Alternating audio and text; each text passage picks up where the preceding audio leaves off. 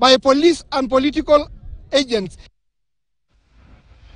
Wakazi wa maeneo ya Ikinu, Karia na Ruiki katika kaunti ya Kiambu wamelalamikia hali mbaya ya barabara inayounganisha vijiji hivyo, wakisema imekuwa kizingiti kikubwa katika shughuli zao za kila siku.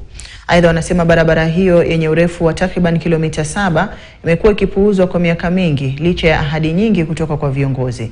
Wanalalama kuwa wakati wa mvua barabara hiyo hujaa tope, hali inayofanya magari na pikipiki kushindwa kupita, huku wakulima hasa wanauza maziwa wakilazimika kubeba mazao yao kwa miguu hadi kwenye sehemu ambazo gari zinaweza kufika. Sasa wanatoa wito kwa serikali kuingilia kati na kutengeneza barabara hiyo mara moja, wakisema kuwa itaboresha na kurahisisha usafiri wa bidhaa zao na hata maisha yao ya kila siku. Hicho sana kwa watu sisi wetu wakaaji wa Karia. Sababu wakati kunanyesha hakuna gari inaweza pita hapa ama pikipiki kupeleka Ikinu. Pikipiki hapa tunaipanga 50. Ile inatoboa kwenda Ikinu ni 200. Hata kama saa hii mvua iko karibu kunyesha, watu wengi hawaendi kazini. Hata watu wengine wamepoteza kazi. Maziwa kupeleka ni ngumu. Haiendi Ikinu. Ingine tunakunywa, ile ingine tunamwaga sababu hata huwezi maliza. Mbele ya Mungu, hii barabara hakuna.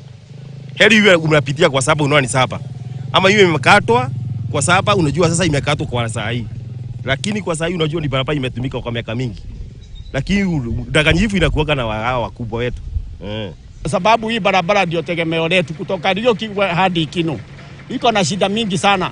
Sisi hatupandi ama tuteremuka. Mashida ya barabara hii ni mingi kwa sababu tuliambiwa iko na lami kutoka 1963 mpaka wa leo. Tumezaliwa hapa na hatujatuona lami hata siku moja.